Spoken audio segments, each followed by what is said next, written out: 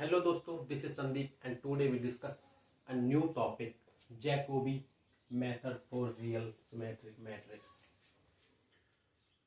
इस मेथड के द्वारा हम रियल सिमेट्री मैट्रिक्स की eigen value and eigen vectors को फाइंड आउट करते हैं। तो देखिए, this method is used to find out the eigen value and eigen vectors of a real symmetry matrix. तो यहाँ पे एक वर्ड आया real symmetry matrix.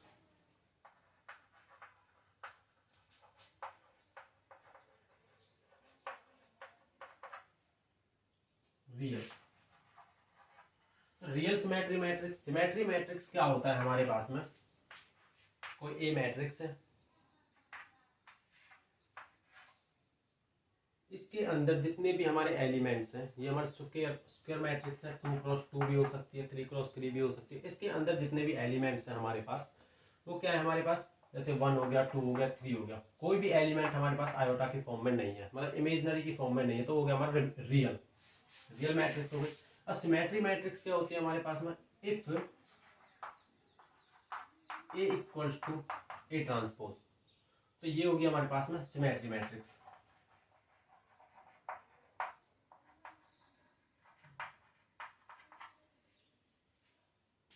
If A is equals to minus A transpose,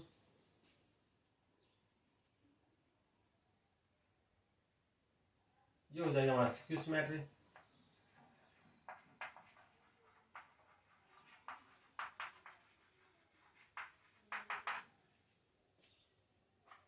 तो इसमें कहता है कि हमारे पास में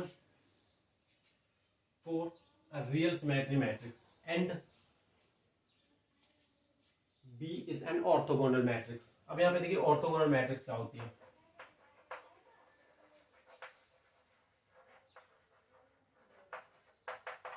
ऑर्थोगोनल मैट्रिक्स की कंडीशन होती है हमारे पास में B inverse B is equal to B into B inverse is equal to I.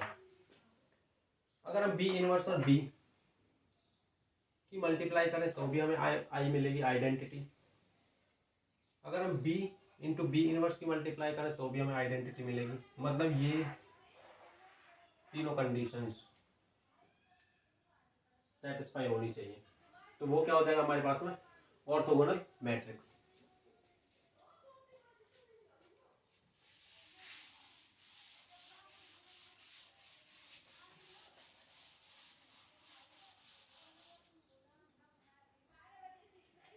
Let an orthogonal matrix be such that B inverse AB is equals to D. D is an diagonal matrix. तो D क्या है हमारे पास में, diagonal matrix होती है। Let A be the non-diagonal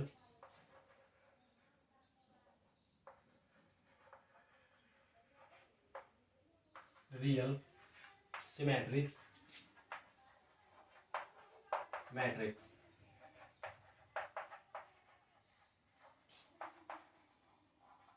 such that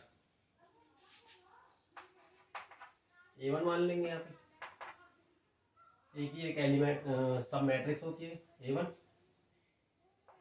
AII, AIJ, AJI, AJJ, where AIJ is equals to AJI. Let the sum matrix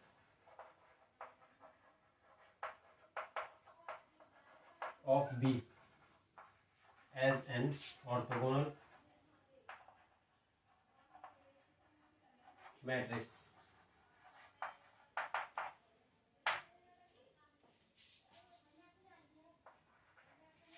B equals to cos theta minus sine theta, यहाँ पे sine theta, यहाँ पे cos theta.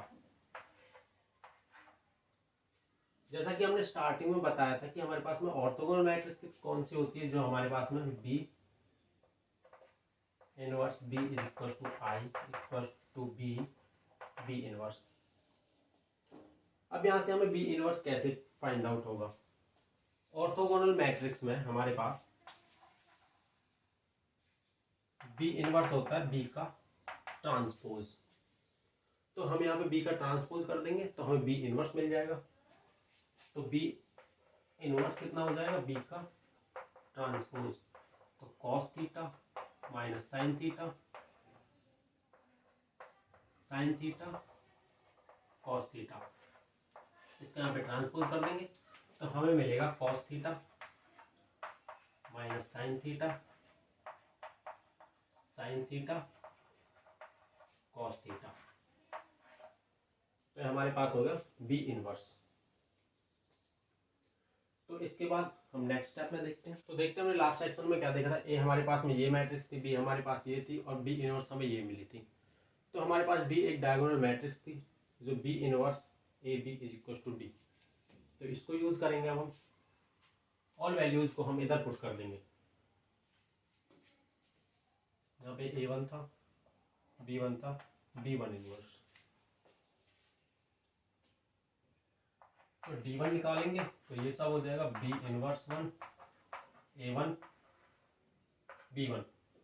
तो all values को हम यहाँ पे put करेंगे तो D1 B इनवर्स हमारे पास cos theta sine theta minus sine theta cos theta. A है हमारे पास ए I I, A I J, A J I, A J J.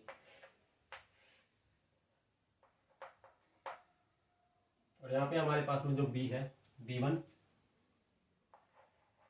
Cos theta minus sine theta cos theta. अब इन सब की हम multiply कर देंगे, पहले इन दो की मल्टीप्लाई करेंगे, फिर इन दोनों से जो रिजल्ट मिलेगा उसके साथ हम इसकी मल्टीप्लाई कर देंगे। तो देखते हैं हमारे पास क्या रिजल्ट आता है। D1 equal to A I I cos square theta plus A J J sin square theta plus A J J sign 2 theta, A I J cos 2 theta plus half A J J minus A I I into sin 2 theta. ऐसे यहाँ पे A I J cos 2 theta plus half A J J minus A I I sign 2 theta, A I I cos square theta plus A J J sin square theta plus A J J sign 2 theta.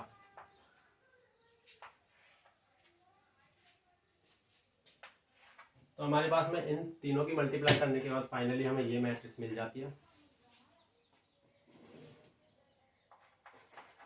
This matrix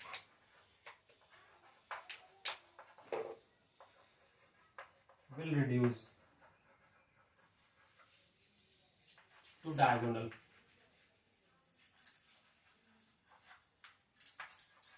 if, तो इनमें से हम एक diagonal ले लेंगे कोई भी, ये लिख लो, ये लिख लो या ये लिख लो। तो हम ये वाला यूज करेंगे, A I J cos 2 theta plus half A J J minus A I I sign 2 theta equal to 0। तो इसे हम दूसरी तरफ लेके जाएंगे, A I J cos 2 theta equal to minus half A J J minus A I I sign 2 theta. तो यहाँ से हम क्या करेंगे, इसके बाद हम माइनस की मल्टीप्लाई अंदर कर देंगे तो हमें मिलेगा A I J cos 2 theta equal to half A I I minus A J J sign 2 theta. अब हम इसको इसके बटे में ले जाएंगे तो हमें मिलेगा which implies sin 2 theta upon cos 2 theta. और इस वाले की इसको इधर ले जाएंगे ए आई जे, और ये डिवाइड से मल्टीप्लाई में आ जाएगा और ये डिवाइड से ये मल्टीप्लाई से डिवाइड में आ जाएगा। तो ए I I minus A J J. उसके बाद ये हमारा हो जाएगा tan 2 theta is equal to 2 I J upon A I I minus A J J. उसके बाद हम यहाँ पे देखते हैं थीटा इक्वल टू, ये tan इधर माइनस इनवर्स में आ जाएगा, tan inverse 2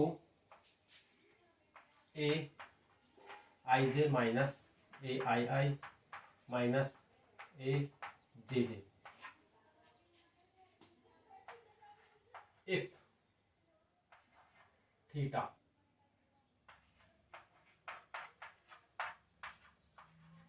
and pi by 4, if theta belongs to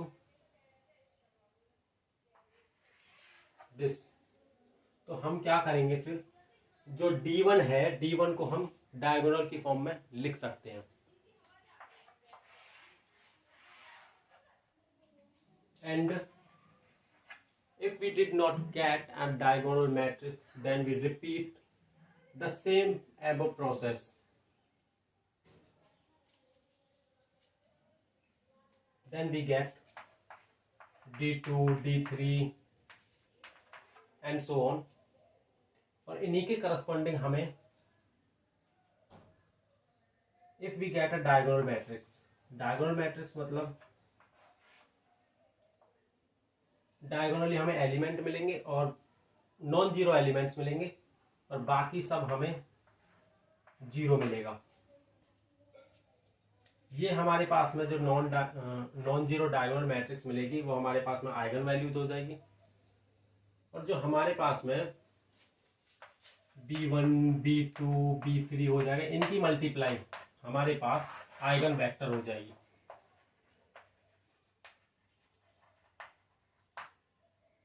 corresponding eigen values.